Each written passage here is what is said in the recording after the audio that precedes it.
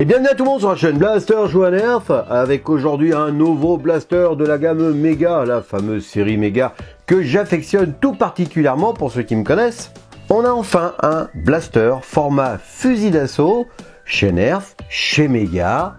C'est génial, avec un chargeur.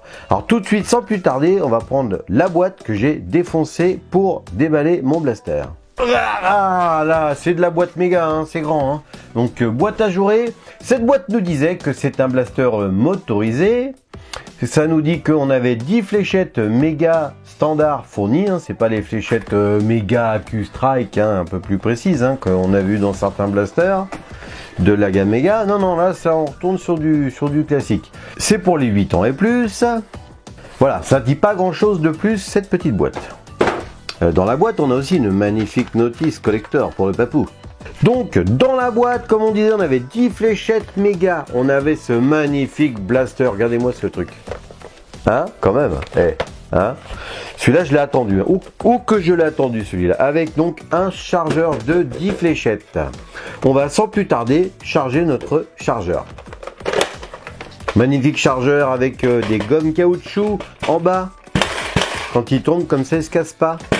On a la petite fléchette qui nous dit dans quel sens, enfin on a un petit dessin qui nous dit dans quel sens mettre nos fléchettes. Donc on remplit une par une. Alors j'ai noté que mon chargeur avait tendance à se gripper. Si c'est pareil pour le vôtre, hein, n'hésitez pas à me le dire, hein, d'accord? Parce que tu vois, je sais pas, le mien il avait une petite tendance à rester bloqué vers le bas. Est-ce que c'est une malformation? Est-ce qu'il a pris la poussière quand j'ai fait mes premiers essais? Je ne sais pas. Voilà, on a 10 fléchettes dedans, donc fléchettes format Mega, hein, plus gros que des formats Elite. Donc comment fonctionne ce blaster? On met le chargeur à l'intérieur. Bah, pour l'enlever c'est simple, on appuie sur la petite gâchette qui se trouve ici. Hop! Et ça libère votre chargeur, vous devez tirer dessus. Hop! Hop, comme dit Papou. Non mais alors, il tire pas en automatique, hein, ce blaster. Hein. C'est que du coup par coup. Pour tirer, on va lancer les moteurs avec ce petit bouton ici, là. Ça rote, hein, ça rote. Hein. Et on va tirer en coup par coup, comme un Nerf Elite Strife. Hein.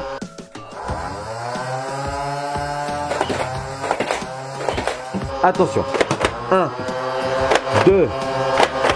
Ah, vous voyez, tiens, mon chargeur, il s'est encore bloqué.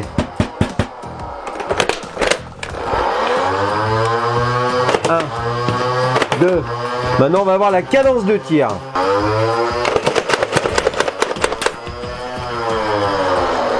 Alors, tour rapide de l'appareil. Alors, je vais enlever le chargeur parce que sinon, je suis trop précoce, ça me cache le visage.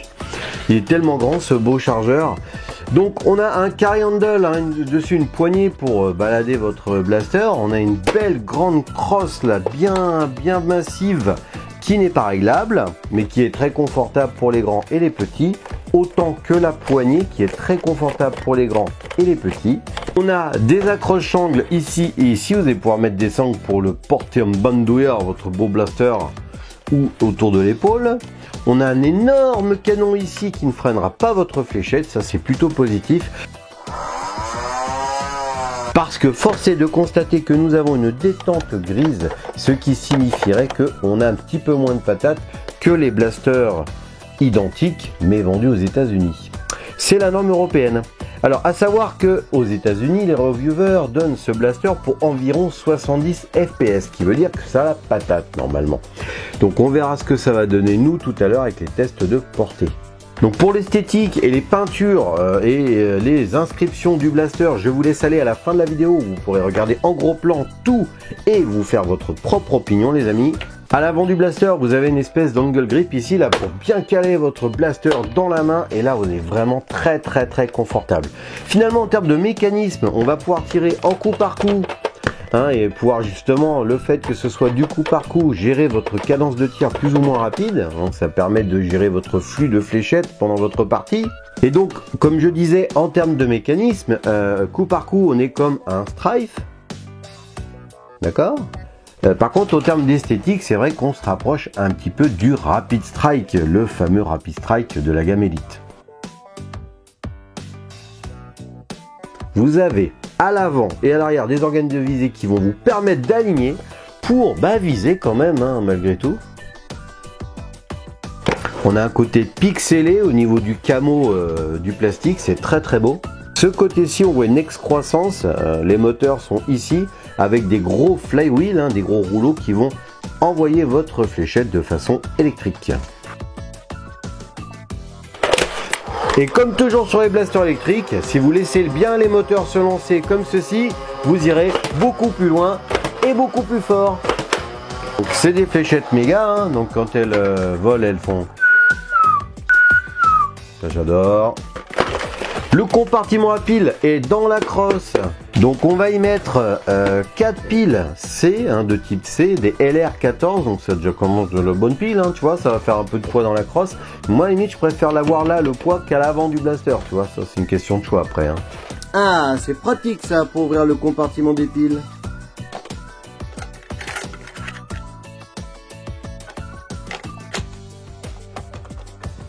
Vous avez une trappe ici pour désenrayer votre blaster s'il s'enraye. Alors, cette trappe a une protection électrique. Je lance les moteurs, regardez. Et j'ouvre ma trappe. Ça coupe le moteur. Donc, on peut aller chercher la fléchette récalcitrante qui s'est bloquée sans mettre les doigts dans les flywheels qui tournent, quoi.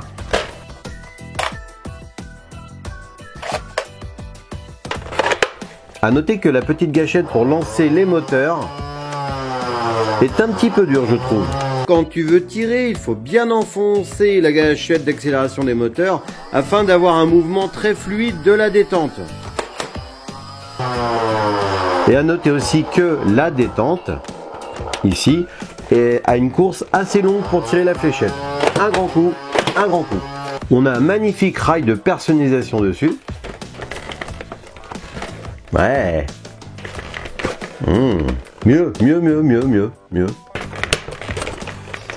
Ouais, bon, dédicace à Jean-Georges. Hein.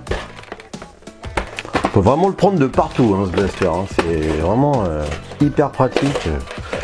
Le poids est vraiment tout ce qu'il faut. Pas trop lourd, pas trop léger. On a vraiment un beau blaster dans les mains. On a des belles aventures à se faire là. Je suis sûr que tous là vous vous demandez, mais ce chargeur là, est-ce qu'il va sur le Mega Centurion? Parce qu'on a le fameux Mega Centurion que tout le monde adore, enfin presque tout le monde adore. Enfin moi perso je l'adore, ça c'est le mien. Ouh là là, que j'ai modifié. Regardez, hop, le chargeur je l'enlève. Est-ce que le chargeur du Moto Strike va dessus? Et attention, suspense insoutenable, yes! Donc là, on a enfin un énorme emport pour votre Mega Centurion, en plus de donner un look hyper badass. Regardez-moi ça. Ah, c'est super beau. Oh là là, j'adore. Et ça marche. Et du coup, est-ce qu'on peut faire l'inverse? Que du coup, si j'ai un chargeur 6 coups de Mega Centurion, je vais pouvoir le mettre dans mon Moto Strike. Et oui, et regardez le look que ça donne. Encore plus compact, encore plus bad. Oh, j'adore. Oh là là. Top pour te donner une idée de la taille, hein, des mégas, tu vois. On n'est pas là pour bricoler avec méga, hein, tu vois, quand même. Hein. Ah, merci Hasbro de m'avoir fait enfin un fusil d'assaut blaster méga. J'attendais ça depuis des années, moi je suis comme un fou, là, comme un dingo. Bon les amis, maintenant on va faire les tests de précision. C'est parti pour la tôle de fer.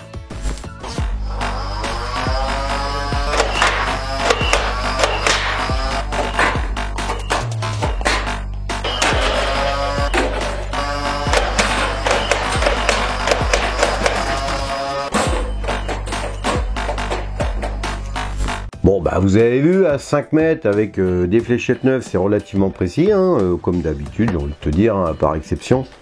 C'est quand ça va un peu plus loin que ça commence à être plus compliqué. Et là on tirait avec de la fléchette méga standard, hein, pas la fléchette méga AQ Strike, hein, un peu plus précise. Bon, bah, ce que vous voulez savoir, c'est la portée de ce petit blaster, hein, les amis. Alors c'est parti pour les tests de tir en extérieur, go! Ah bon alors, pluie, orage, pluie, vent, pluie, orage, vent. Alors moi les gars, il n'y aura pas d'image du tir en extérieur parce que c'était crado, on l'a fait en je sais pas combien de fois avec Zavan. Donc par contre, les portées, voilà ce que ça donne.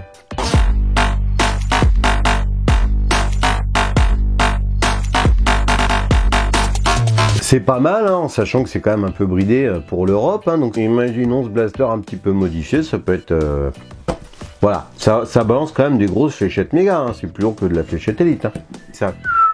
Ça siffle quoi. Comme on n'a pas les images en extérieur, je vous fais voir une petite rasade de tir au chaud pour faire comment c'est beau quand ça tire ce blaster.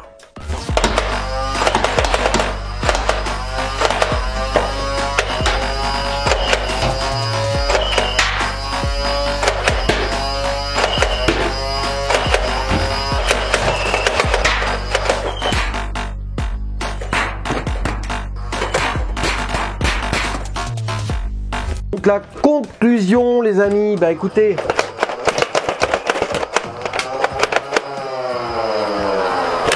tout est dit.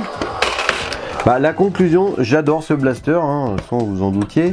Je crois qu'on peut dire que c'est mon blaster the best ever du moment. Bah le prix en ce moment, il est autour des 40 €, hein, il y avait même une promo chez... il n'y a pas très longtemps, où t'en achetais un, le deuxième était à 50%. Oui, j'en ai deux. J'adore le look, j'adore l'esthétique, j'adore la prise en main, j'adore le fait que ce soit des mégas et des mégas qui sifflent. Moi, ça c'est mon kiff, je sais pas pourquoi.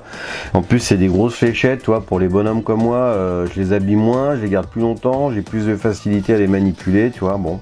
Ah, en point positif, on peut dire que le design se prête à faire des pen jobs de zinzin, quoi, des trucs superbes. Modulable, hein, j'ai un grand rail de personnalisation dessus. Bon, c'est vrai que j'aurais voulu un petit rail en dessous, quelque part, pour pouvoir mettre une petite lumière, quelque chose, mais ou sur le côté, tu sais, comme le Rapid Strike Class, ouais, là, j'aurais vraiment surkiffé, et une crosse un peu réglable. Mais en dehors de ça, j'ai envie de te dire, moi j'ai fait le tour, voilà. Après, vous-même, si vous avez des points négatifs ou des points positifs à énoncer, mettez-le dans les commentaires, en toute courtoisie et gentillesse, bien sûr, comme d'habitude.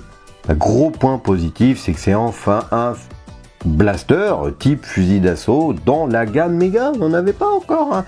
Alors en électrique, il s'était lancé avec le méga Mastodon, qui est magique, que j'ai plus, que j'espère bien retrouver bientôt et faire en vidéo, ça serait génial. Dites-le moi d'ailleurs si ça vous intéresse ce genre de blaster, parce que c'est un ancien blaster, hein, mais c'est quand même un monument quelque part. En tout cas, en électrique, on s'était arrêté là, hein. C'était que du mécanique hein, chez Mega, hein, si je ne me trompe pas. Hein. La compatibilité des chargeurs avec le Nerf Mega Centurion, hein, que j'avais modifié. Tiens, d'ailleurs, je t'invite à aller voir la vidéo, je te mettrai le lien. Hein, sous la vidéo. Regarde un peu ce que ça peut faire. Ouais, donc franchement, ça c'est génial. L'intercompatibilité des chargeurs méga, j'avais peur de ça. Hein. Bon, on l'a, on est content, on est bon. Dans les points négatifs, bon bah la bride européenne, hein, détente grise, hein, malheureusement. Même si ça altère pas les portées de 10 mètres, hein, c'est embêtant quoi, ça m'embête. Ah, en point négatif, on peut peut-être dire qu'il est un tout petit peu bruyant quand même. Bah voilà, je crois que j'oublie rien. En tout cas les amis, n'hésitez pas à lâcher un petit pouce bleu ou un petit commentaire, un petit partage pour soutenir la chaîne les amis, parce que j'ai l'impression qu'il y a un petit peu moins de vues là depuis que les fêtes sont passées. Alors, oh voilà les gars, on nous aime plus ou quoi? Qu'est-ce qui se passe là, eh? En tout cas, merci de nous avoir regardé et à bientôt sur la chaîne Blaster Joanner.